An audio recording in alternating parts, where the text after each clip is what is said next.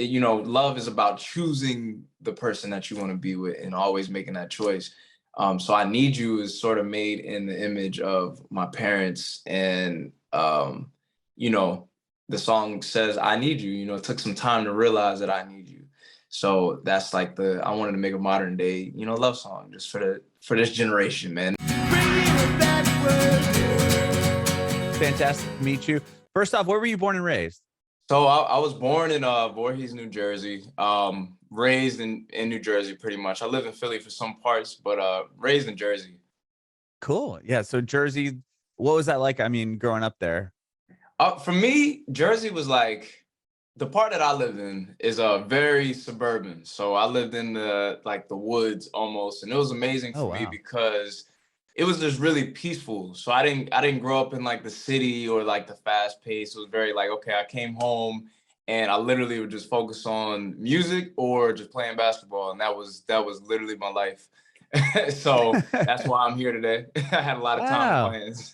Yeah, no, 100%. I grew up in the suburbs as well, and then I moved to San Francisco, and it was just like it's so different living in a city versus the burbs. But I don't Yeah, know. I love the absolutely. suburbs. Yeah, I'm a suburb. I can't, nothing against the city, but I can't. I'm not the city guy.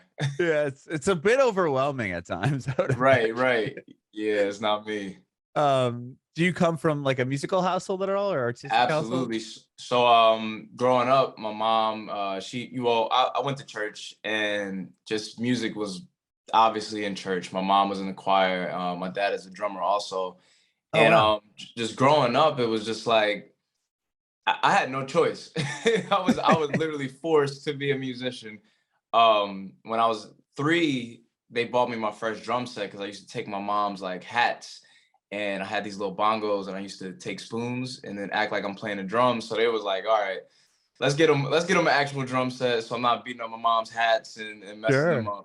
up. So I started my journey with drums at 3.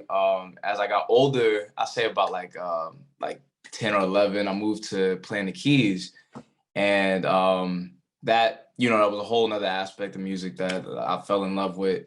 And then about 17, 18, I picked up guitar, and that just took it all the way from me.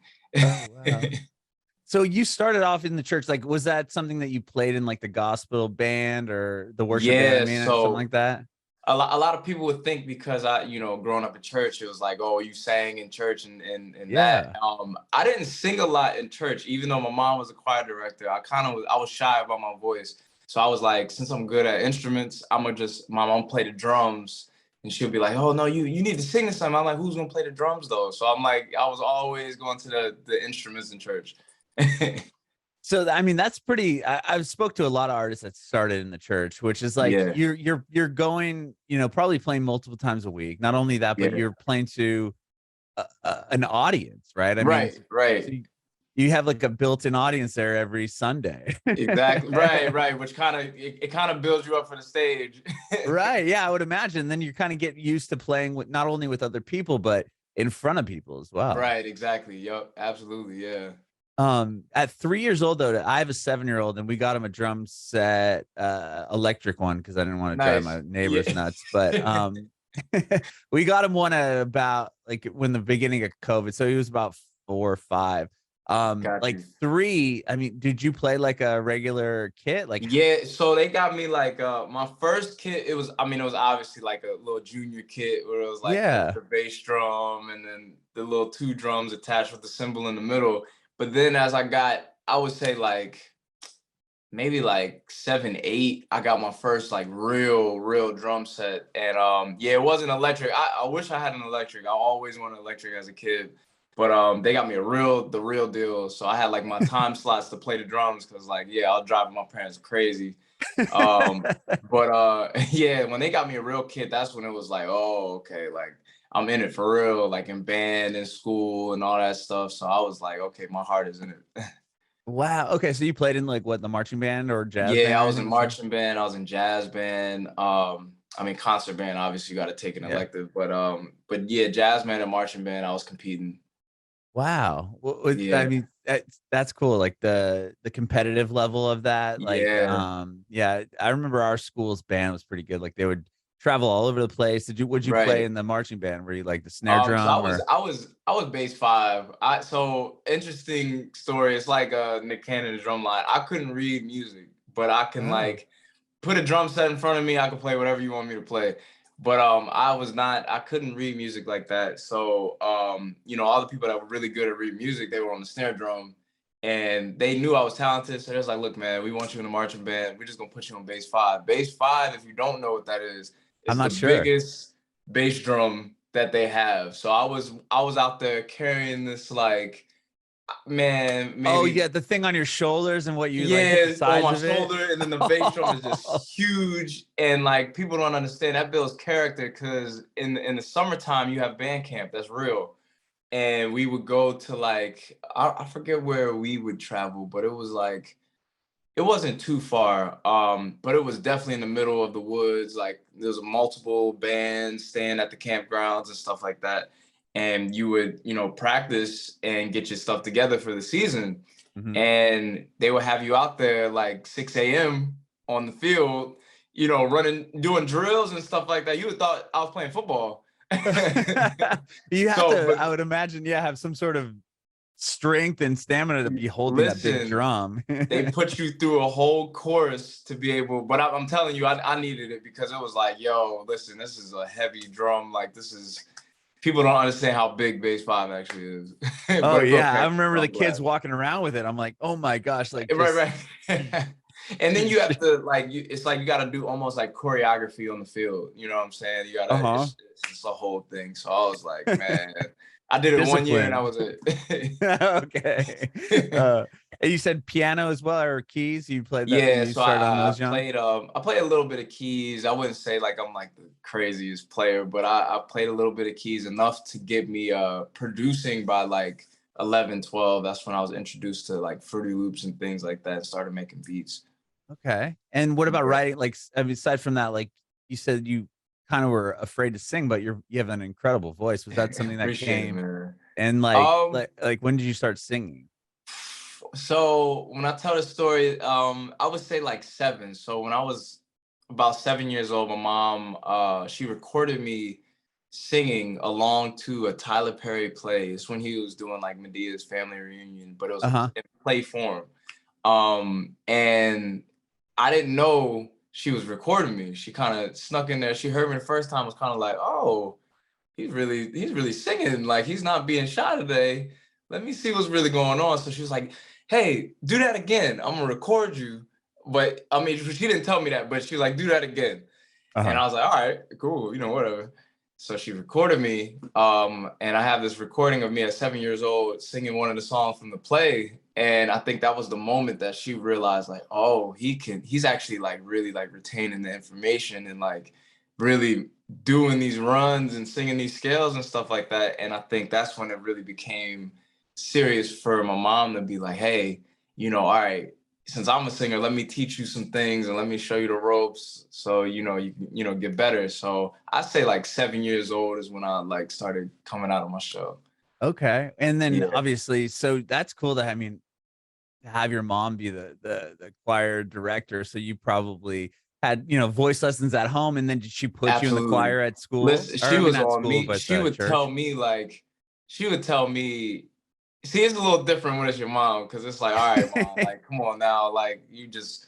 She'll tell me if I'm sharp or flat all the time. She's like, raise it up, raise that note up, raise that note up, hit that note, you under, you flat. And I'm like, oh my God, I don't want to do this no more. But no, uh it's great. It was great. I thought you were gonna say, oh yeah, like I just assumed that she said I was good because I was her kid, but Right. Oh, that's no, no, she no, was no. She like was, it was like the other way around, like she yeah, was she would rough tell me on if I was you. bad. She's like, you're not about to be out here embarrassing me like this. Did she put you in then the church choir? A few times she got me to sing lead on some songs, but yeah, I was just more interested in playing the music, man. I was like, Yeah. that's what really had my heart. So I was like, Mom, you know, I'll sing if you want me to, but I'm gonna really play the drums. Okay. When you said you started producing too once started learning the keys a bit. Yeah, Was that something like, make it after you were started to make beats? When did you start like kind of writing your own songs or trying to come up with I your own would songs? say that was like the songwriting came maybe early teenage years. So I'll say like maybe 13 or 14. And it was when my dad really questioned me. It was like, look, man, you make all these beats like all the time, every day. Like, you know, what are you going to do with it? You know, and back then I'm like, I don't care. I love it. I'm gonna make a Having million fun. more. Yeah. Right. I'm having fun. But then it really hit me as I got older. I was like, you know what? I do need to put words to this. You know, I do have a voice. I can sing. What actually would I do? So I started to challenge myself and be like, all right, let me make this type of song. Let me record this cover. Or let me, you know, let me see what I could do with it. And that really opened up the world of singing to me, especially once I started like doing covers and remaking people's songs and things like that. I was like, oh, that's interesting. And I started learning more. So, yeah. And was that through high school that you're doing that? Yeah, absolutely. Okay. High school is when I really was like, okay, let's get serious. Yeah. Do you remember like the first song that you were like, oh, this is really in your standards, you know, good enough to show people, right? Like you're like, Yeah. oh, okay, I'm gonna show people, or were like, did you like, do you Yeah, remember that yeah. moment? I remember I did a cover of it was a Michael Jackson song called Stranger in Moscow, and I did a cover of it. I found the song, learned it, and was like, yo, I like this song a lot. Did a cover of it. And I remember I played it for my parents, and their reaction was just like, not because they're my parents, but it was like, yo, this is good. Like, this is really good. So they're sending it to like my family. Like now my grandma's calling me like, oh my God, I heard your new song. And then just all this stuff. And I'm like, it's a cover, y'all. It's not even that serious. But after that, that's when I was like, oh, okay. All right, we're getting somewhere. We're getting somewhere. And then I also was in a group at the time. And one of my best friends, his name is Desmond Dennis. We really were figuring out the music thing together, like recording each other and writing songs and just making music together. So that really like pushed me in that direction to like take it serious. Okay. And did you end up going to like college or anything for music, or did you Nah, just no college. I remember having that argument with my parents like maybe like junior year, because that's when they started talking about like, SATs and stuff like that. And I remember being like, I'm not doing SAT prep. I'm not going to any Saturday classes. I know that once I graduate, that's it. I'm going to do music. And then the following year after I graduated, my group ended up getting signed and we moved to LA. And that's how I ended up in LA. So I was oh like, wow. Okay. So did you had what, like a band at that point? yeah, Or I was in a okay. group, a small group. We weren't anything like, big or anything like that, but Well, you got signed. I mean, that's we were discovered on YouTube by Justin Bieber, which is pretty crazy. We covered no one of way. his songs, Oh my, okay, I and want to hear this story. So you guys yeah, were no, doing what, like absolutely. cover songs on YouTube? Yeah, so I mean, we put out our own music, but then we really just got heavy into the covers and things like that. And yeah, ironically, we covered Heartbreaker by Justin, and he found our song. And he found the cover, and the person he was with that day, his name is Jazz Prince, and he Mhm. was like, yo, showed him the video, was like, yo, these kids are dope, this, and that. We gotta, get them out here. I want to meet them, this, and that. So Jazz is blowing us up, and he's like, we don't know who he is at the time. We see this guy who's verified on Twitter, just like, yo, I need to really get in touch with y'all. We're like, I don't know, bro. I don't know who you are. But then it was like a week straight. We was like, all right, this must be serious. Ended up talking to him, and if you don't know, Jazz, it was responsible for Drake being signed to Lil Wayne and so on. But so once we met with him, he loved us, ended up signing us, moved us to LA, and that's what really started the journey. I bet. Wow, what was that like? I mean, once you find out who he really, or like that this is legit and he's done all these huge things, like, do you remember like going to your parents and being like, see, like this is what I need to Yeah. do, this music thing? And were they hesitant or anything about you moving to No, you know LA? what? My parents were always super supportive. Mhm. So like they, even though obviously they were serious about like education and things like that, they were always supportive of my music career, because they didn't want me out here getting in trouble and things like Right. that. And they were Because if into I didn't have music music, too. you said what? I said they were into music as well. I mean, they were Exactly. So musicians. Yeah. they understood, but they just was, if I needed a keyboard, if I needed some instruments, if I needed, whatever I needed, they always made sure I had it. But once the group got, you know, signed and discovered and all that, they were like, oh, okay, like, okay, this is real, you know, this is a real deal. This is really happening. So they were extra supportive at that point. It was like, okay, you know, y'all are going to California, like, you know, laying down the ground rules and stuff like that. But yeah, always supportive. Wow. So once you get to LA and you kind of meet with these people, how long does the group stay together? And then how does, you know, what's kind of the next step? Because like you've worked with so many big artists and Yeah. you know, wrote for, you know, Chris Brown, and he's on your records and Yeah. like I'm sure that was Um, later down the line, but like once you get yeah. there and Well, realize this is the legit, you know. first time we met Chris, we were still a group, and this Oh, probably was about 2014. Um, and Chris was having like a studio session, and he hit Jazz up and was like, "Yo, bring your group by. I want to meet him. Heard a lot about him." So we go by, and he's in there recording. I think like Sean Kingston was in there. It was crazy. oh So wow. it was just like, "Yo, what is going like? You know, what's going on?" And for me, that was huge because that was one of my biggest goals. Like, yo, I need to meet Chris Brown. I need to work with Chris Brown. So when I met him, I was like, yo, this is crazy. And he was done recording. He came out of the booth and, you know, met us and then was just like, yo, you know, you got any music? You got any music? Anything you want to play me or something like that? And I'm like, do I? I'm like, I got a whole folder, man. So I ended up playing him a ton of new music, and he's just loving everything. And that night, Wow. later that night, he hits Jazz, and he's like, "Bro, I need you to send me whatever Tone was playing me in the studio. Send it to me, please. Like whatever, this, and that." So I'm making my folder. I send it over to him. Next thing I know, about like I say maybe like a few months later, we're in 2015 at this point, he's like recording Liquor and we're at Record Plant and he's just knocking all these songs out just in the course of like 2 nights and I'm just like, this is insane, bro. This is my life now. Like so that was a crazy experience. And then after he cut the records, maybe the next year, Liquor was released in 2016. So Mhm. his manager at the time reached out to us and was like, yo, Liquor is gonna be the first single off of the, you know, the project. Yeah. And sure enough, it was the first single. And it was played on like iHeart like every hour at the top of the hour. So for me, I was just like, what is happening, bro? Like this is insane. Like this is a song I made in my bedroom. Now it's like on iHeartRadio every hour and Yeah. stuff like that. So that was a huge moment for me.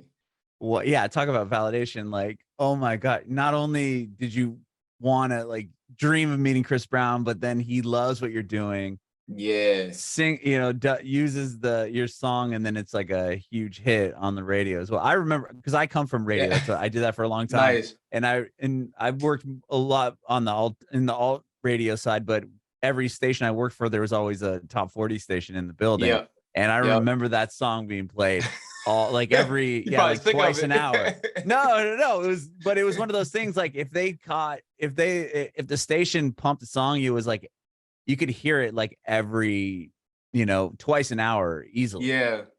And It so I was just it was remember Liquor when I saw that you wrote that, I was like, damn, like that's it was crazy. incredible, man. Just like, you know, at the time I was like 19 when I made the song, 2021 when it was released, and it was just crazy because it was just like, you know, for me, it was the first time ever hearing something I did on the radio, but like not only like it's not like it was just like the local station, it was iHeartRadio, and that's why I was like, oh, yo, what's happening? So like all my friends from high school, everybody's freaking out, you know, and now in town, I'm like the Oh, town the hero. name, So yeah, like yeah, oh right. Tone, look at he's on the Right, radio, like like you that's doing big what. things. Right.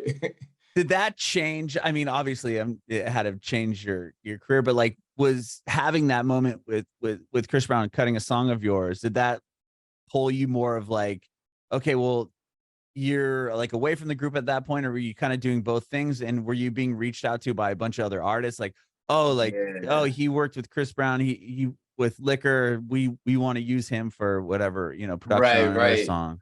So by the time Liquor came out, yeah, the group had separated and for me it was like you said, it was a lot of producers, a lot of writers, a lot of publishing companies reaching out. So I was doing like ton of sessions, you know, just trying to figure out where I was gonna go. And at the time, I really didn't want to be an artist because, you know, I was in a group for a long time. And I was just kind of like, hey, I like this, you know, producing and writing thing, you know, I'm cool with it. But what really changed it was when I met up with Chris, and Chris was really the one that was just like, yo, you could play, you could sing, you could dance, bro. Like, what are you like? Come on, you gotta be doing this, bro. This is what it's all about. And to get that validation from him was just like, okay, you know what? Nah, I'm tripping. Like, like I need, all right, hold on. You're right, bro. So once that happened, it was really like, okay, 2016, I started taking my solo career like all the way serious. And that was the same year I ended up going on tour with Bryson Tiller, and just it just all started happening at one time, and yeah, man, that was the year. Well, and then, so yeah, so once he kind of tells you, you should also, you know, you should do your own It's project. like, go get out there. Yeah, I mean, at that point, are you like, okay, so were you still kind of simultaneously doing your production stuff or working as a writer, or was it like, okay, I'm just gonna focus on me and trying to For do my record and see what I'm gonna do? for a while, it was definitely still, you know, doing the production stuff and sessions and things like that for a while.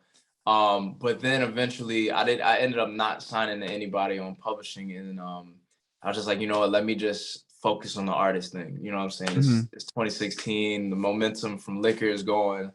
I was like, you know what, let me just do that. And yeah, that's kind of the route I took.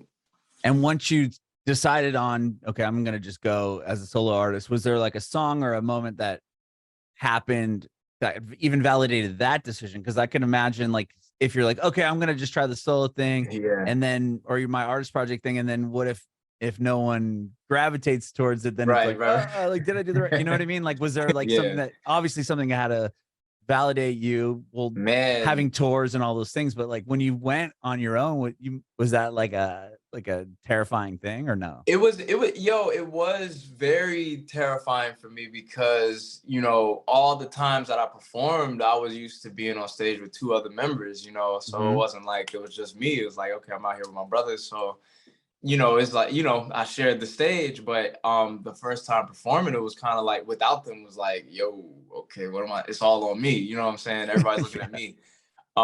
But what started to happen was I started doing more covers at the time. That's kind of how I got in touch with Bryson. I redid his song Exchange on SoundCloud, and I remember it just like it took off, it went viral. And then he ended up hearing it and then reposting it on SoundCloud. So then I met Bryson. He was like, yo, I want you to do these shows with me. I did probably about like, I don't know, I'll say like 6 or 7 shows with him on his Trap Soul tour. And then the same thing happened when I covered Kaylani's song. I covered You Should Be Here, and she ended up seeing it and ended up posting it up and like, yo, you know, showing love. So I was like, okay, maybe I'm not that Yeah. bad. But when I started covering other artists' songs and they started like really reaching out and just being like, yo, you're dope, you know, that was giving me even more encouragement and, you know, the confidence to really be an artist. So yeah, man. Then once that happened, I was just kind of I was in my pocket, you know, I was in the Oh hole. yeah. Yeah, yeah. That's such a cool, like, I mean, to start off with Justin Bieber and then having other artists that you're doing their covers find it and be like, Yeah. whoa, like, you know, Yeah. you're like 3 for 3 on that, Right, right, right, right. right? No misses, no Yeah, misses, no yeah, to misses. have then that the artist that you're doing the song or cover song of reach out to you or share it or whatever, like, Yeah. that's I've never heard that story before. That's crazy. It's an incredible feeling, man. I mean, it's unique for me because I was I would say I was on the early side of it. You know, now it's like that's what everybody's doing, but I remember doing that when it was first like new, you know what I mean? So Mhm. that was cool because that really worked out in my favor with my career. And it ended up, you know, getting me signed with like RCA and everything like that. So Yeah. yeah, yeah. So you put out, you had a couple albums out before like the pandemic happened. So like, I Yeah, mean, your career was building and you're going and going and going, and then that shuts everything down. So tell me about like the time period of like, what were you on tour? Were you working on a record? Because you put out man. FWM in Yeah. 2021, but like in that interim period, how did that like So, stop you? I mean, or well, never mind. Go ahead. well, no, no, no. I mean, it did. It stopped everybody. I mean, Yeah. what was crazy was at the time I had just signed with new management, and we were really like kicking it off, and like it was starting to roll. Like we started building that momentum. Things were good, doing a ton of sessions, and then COVID just boom, right? Yeah. So it really made me kind of sit down, all of us sit down and really like ask ourselves, okay, like what's the next step? What are we gonna accomplish in these next few years? And it really just made me sit down and kind of figure myself out as an artist, what that goal was, what my music was going to be about. And once the pandemic started coming towards the end time, and things were just more free and we could travel and stuff like that again, we ended up going back out to LA, and that's when we recorded the FWM project. So with FWM and all that stuff on it. And once that happened, it was like it started doing this again. So the Oh momentum yeah. started building up, and FWM actually still to date is my biggest song.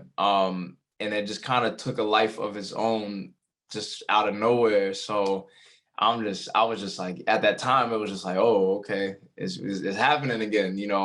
But it was cool because I was with a new team.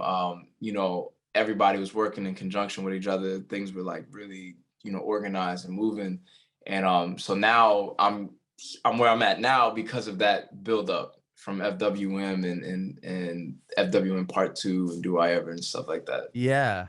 So Yeah. when you were those songs, because yeah, you have FWM and then Still FWM, like were those all written kind of in the same time period So or no, so all of FWM was made, I would say, in 2021. The first okay. the first one. Oh wow. Still FWM was songs from like 2019, 2020, and then Do I Ever was actually made in 2017. Then Chris, it was just a record we were holding on to. Chris actually got on it in 2018. And it was just kind of in the catalog for a long time. We were just always trying to find that right place to like, okay, maybe we should put it out now, or maybe we should, you know what I'm saying? It was always trying to Uh-huh. find that right setup. And it just never seemed like it was the right time. And then when we were making the track list for Still FWM Part 2, it was just like, okay, now we got the correct track list, you know what I'm saying? And it just fell together perfectly. And I think that's a fan favorite project now. So Oh yeah. yeah. No, that's crazy. Like to have that song just it's probably a hit. You're like, okay, I got Chris Brown on Yeah. this song. But to Yeah. hold it for a long that must have been probably hard to do. Like, I Oh really my want to, God. to keep it Don't even get around me for that many started, years. man. Don't get me started. It was like just knowing that you have the one, you know what I'm saying? I'm Right. like, Just yo, sitting there. we have it. What are we doing? But I'm glad we didn't rush it. I'm glad it came out when it came out because I think it was perfect. It ended up taking a life of its own. Obviously, Chris Brown is on it. But yeah, man, we had that for a while. That's What wild. really did it actually was fan. So obviously you get excited about. Oh, sorry, my alarm's going off. So obviously you get excited about records that you have in a catalog, and when they sit for a while, you're like, hey, let me preview something for y'all. Let me show y'all a snippet.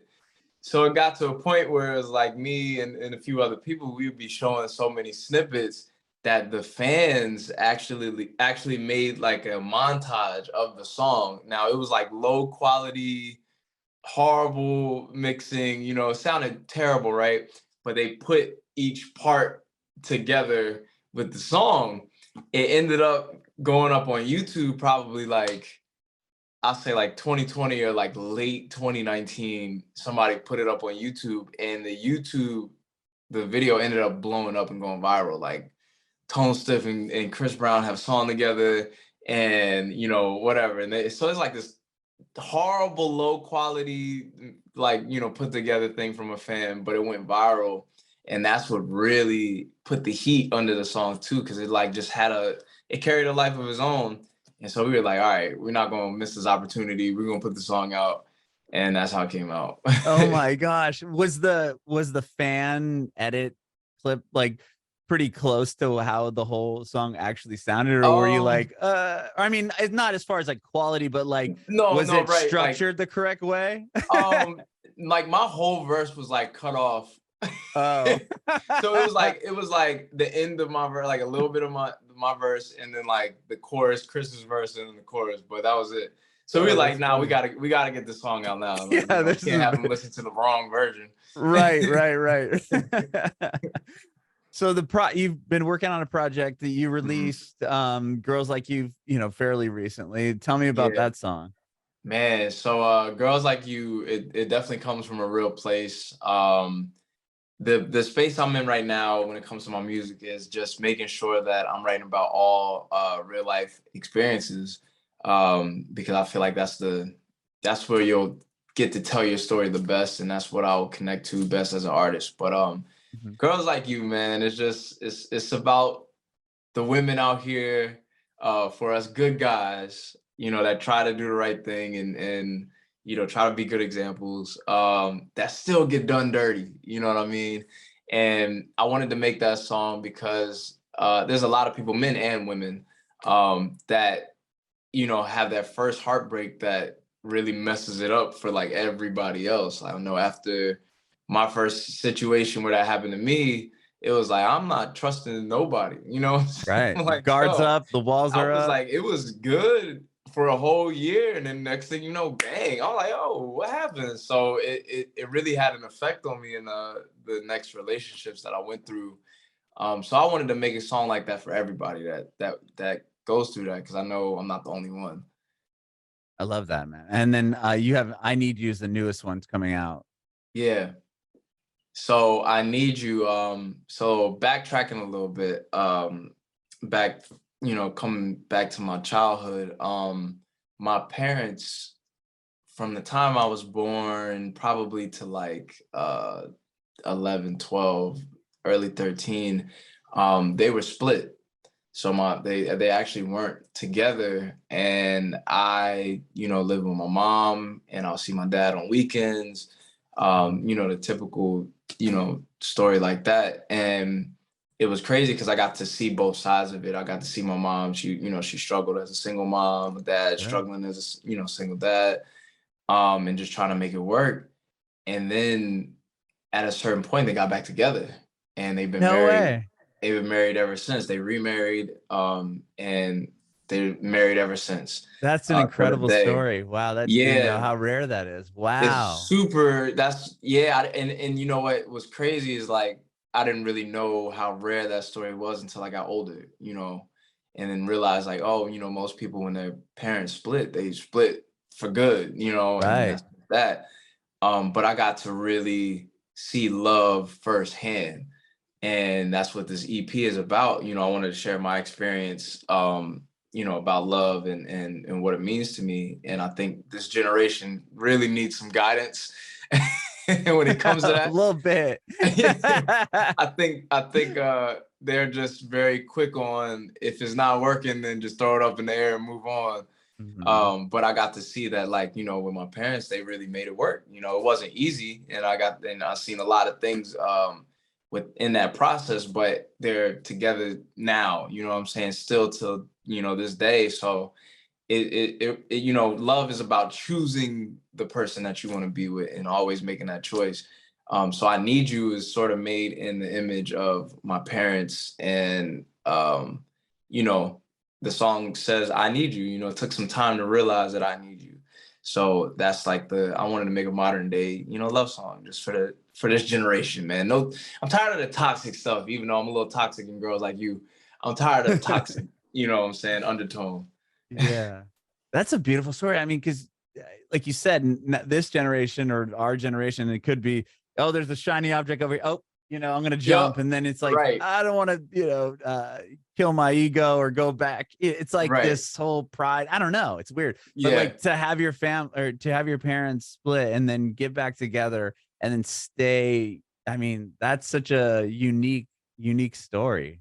Yeah, man. No, I mean, it's a blessing, bro, and I'm glad I got to experience that. Just as a artist, songwriter too, it really helps me pull from a different place when I'm making music. Mhm. Especially about love. You can write about love in all types of ways. So for me, it was like, okay, I got another source, to pull from and tap into.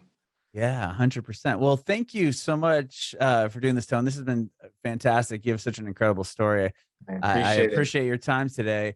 I have one more question for you. I want to know if you have any advice for aspiring artists. Yeah, man.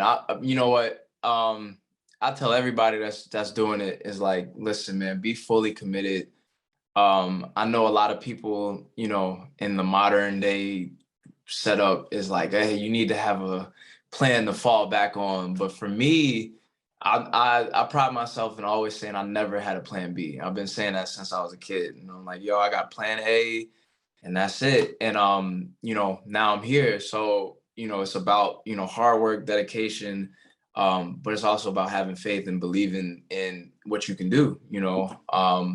So my advice is just to keep going forward, even if it looks a certain way, even if it looks like it's not promising or it's not happening in those moments. That's usually where the best things happen or turn around, when you want to quit or when it feels like, oh my God, what am I doing?